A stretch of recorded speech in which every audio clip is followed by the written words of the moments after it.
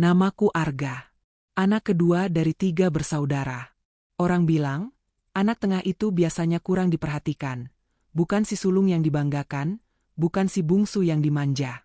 Tapi aku lebih dari sekadar tak terlihat. Aku merasa, aku dikutuk. Sejak kecil, aku selalu mengalami hal-hal aneh. Waktu SD, aku terjatuh dari tangga rumah padahal tak ada yang menyenggol. Saat SMP, aku pernah terkunci sendiri di kamar mandi sekolah yang tak punya slot.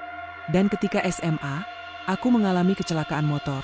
Padahal aku merasa jelas melihat lampu hijau, tapi pengendara dari kanan datang seperti hantu. Hampir mati. Anehnya, semua itu cuma terjadi padaku. Kakakku, Raga, adalah anak emas keluarga. Sukses, cerdas, dan sekarang tinggal di luar negeri. Adikku, Sekar, selalu dipuji sebagai anak perempuan pertama yang cantik dan berprestasi. Tapi aku, seperti bagian yang tidak pas dalam foto keluarga. Awalnya aku menganggap semua hanya kebetulan. Sampai aku menemukan sebuah buku catatan tua di dalam lemari ibu. Kertasnya sudah menguning, tulisan tangan ibu tampak gemetar dan tak beraturan. Di halaman tengah, ada kalimat yang membuat dadaku sesak. Tumbal kedua harus dikorbankan agar keluarga bertahan. Awalnya aku berpikir itu puisi, atau barangkali mimpi buruk yang dicatatnya. Tapi saat kutelusuri halaman-halaman berikutnya, isinya seperti catatan ritual. Nama-nama, tanggal, doa-doa, dan semuanya berhenti di satu kata yang ditulis berulang kali. Arga. Aku mencoba menenangkan diri, mencari logika. Tapi semuanya makin janggal saat aku membuka album lama dan melihat foto ayah waktu kecil. Di sana, ia berdiri bersama 2 saudaranya. Tapi di foto-foto yang lebih baru, hanya ayah dan adiknya. Kakaknya, yang seharusnya anak tengah, tidak ada lagi jejaknya. Aku tanya pada ibu. Ia hanya menjawab dengan datar, foto itu sudah lama, mungkin rusak. Tapi saat kutanya lebih jauh tentang paman yang hilang, matanya berkaca-kaca. Lalu ia berkata satu kalimat pelan, hampir tak terdengar. Jangan jadi seperti mereka, Arga. Nurut aja ya, nak. Malam itu, aku tidur dengan resah. Dan untuk pertama kalinya, aku bermimpi dikelilingi sosok-sosok tak dikenal yang memanggil namaku, dengan suara serempak. Kau anak tengah, waktumu sudah dekat. Setelah malam itu, aku tak bisa tidur nyenyak.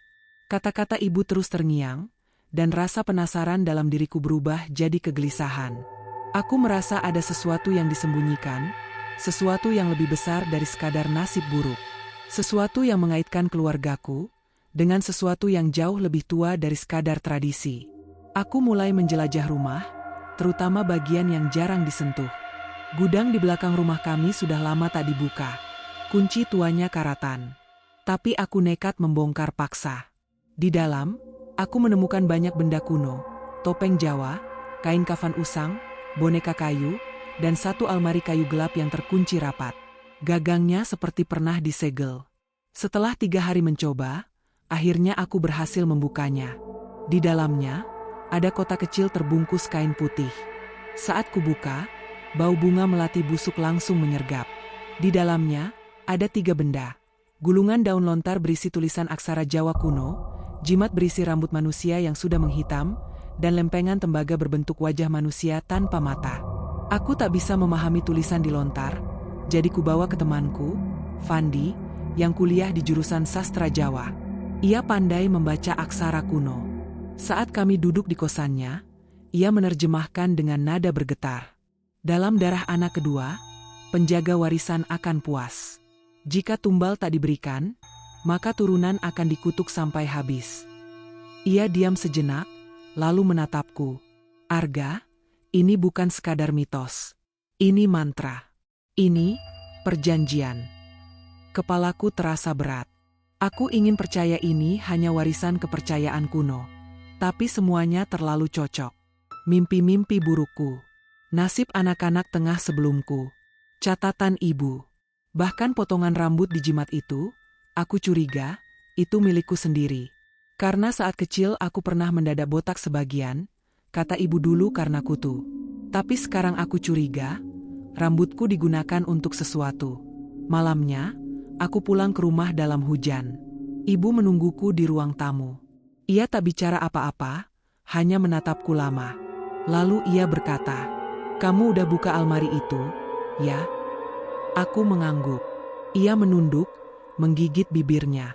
Lalu dengan suara pelan, seperti bukan miliknya, ia berkata, "Kalau kamu gak ikhlas, tumbalnya akan nyari pengganti, dan kadang, tumbalnya milih sendiri." Sejak membuka almari itu, malam-malamku tak pernah tenang. Bukan hanya karena rasa takut, tapi karena mimpi-mimpi yang mulai berulang. Setiap aku tertidur, aku seperti masuk ke dunia yang sama, rumahku sendiri, tapi dalam keadaan gelap gulita. Semua jendela tertutup rapat, dan udara begitu dingin meski tak ada angin. Di dalam mimpi itu, aku selalu berdiri di depan kaca besar. Tapi bayanganku tak muncul. Sebagai gantinya, dari balik kaca, ada sosok hitam bertubuh tinggi dengan mata kosong yang terus menatapku. Ia tak bergerak, hanya menunjuk ke arahku sambil berbisik pelan. "Waktumu tiba." Setiap kali aku mencoba melawan, tubuhku tak bisa digerakkan. Lidahku keluh. Dan setiap kali aku terbangun, selalu ada bekas luka, seperti cakaran di lengan atau memar biru di dada. Dokter bilang mungkin aku mengalami sleepwalking. Tapi aku tahu, ini lebih dari sekadar gangguan tidur. Puncaknya terjadi 3 malam setelah aku membuka almari. Saat tengah malam, aku mendengar suara gamelan dari atas plafon. Padahal, tak ada loteng di rumah ini. Suaranya lirih, seperti ditabu dari jauh, tapi cukup jelas untuk membuat kulitku merinding. Aku naik ke kursi dan mencoba membuka langit-langit. Tapi yang kulihat hanya gelap. Tak ada apa-apa, sampai aku mencium aroma kemenyan dan melati dari atas. Lalu ada sesuatu yang jatuh. Serpihan kecil dari foto masa kecilku, terbakar sebagian. Di baliknya tertulis dengan tulisan tangan yang kukenal sebagai milik ibu. "Mohon lindungi anak ini, jika ia ikhlas." Besoknya, aku tanyakan langsung pada ibu. Tapi saat aku menyebut soal mimpi, gamelan, dan foto yang jatuh dari atas plafon, ia hanya menunduk. Lalu ia bicara, lirih tapi jelas. "Kalau kamu sudah dengar gamelan itu, berarti dia sudah bangun." Aku menahan napas. "Siapa yang bangun, Bu?" Ia tidak menjawab. Tapi malamnya, saat aku masuk kamar, di bawah bantal ada setangkai melati kering. Dan di cermin meja belajarku, yang biasanya hanya memantulkan bayanganku sendiri, kini menampakkan 2 sosok berdiri di belakangku. Yang satu tinggi besar, hitam kelam. Yang satu lagi adalah aku, tapi dengan mata hitam legam, tanpa cahaya. Aku tak pernah terlalu dekat dengan kakakku, Raga. Ia pergi ke luar negeri sejak SMA, kuliah dan kerja di sana, hanya pulang sesekali untuk acara keluarga. Tapi malam itu, entah bagaimana, ia tiba-tiba pulang tanpa kabar. Mobil travel yang ditumpanginya berhenti tepat di depan rumah. Wajahnya pucat, matanya cekung seperti kurang tidur berhari-hari. "Aku tahu kau sudah melihat mereka," katanya tanpa basa-basi saat aku membukakan pintu. Kami duduk di ruang tamu, ditemani cahaya redup dari lampu minyak, karena listrik sempat pada malam itu. Ia merogoh saku dan mengeluarkan liontin logam berbentuk segitiga, dengan ukiran aneh di tengahnya. "Ini pernah menyelamatkanku," ucapnya sambil meletakkannya di telapak tanganku. Logam itu terasa dingin, lebih dingin dari seharusnya.